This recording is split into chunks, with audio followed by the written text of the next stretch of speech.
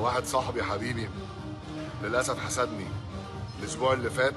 كابتن حازم امام يعني شفته صدفه في الجيم عنده. قال لي دراعك كبر قوي. ايه ده؟ بعديها بيومين جالي مس في العضله الخلفيه.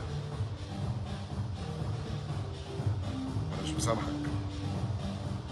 مسامحك يا كابتن حازم. حسبي الله ونعم الوكيل.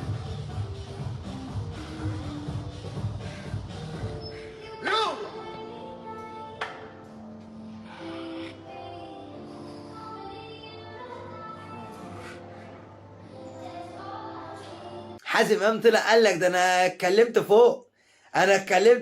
انا قلت له على دراعه يجيله النهارده شد في رجليه. ده واضح انه عنده حول في الحسد. من الواضح ان الامور لدى الزمالك والزملكاويه صارت سيئه حسنا. نتمنى لهم الاسوأ. سلام.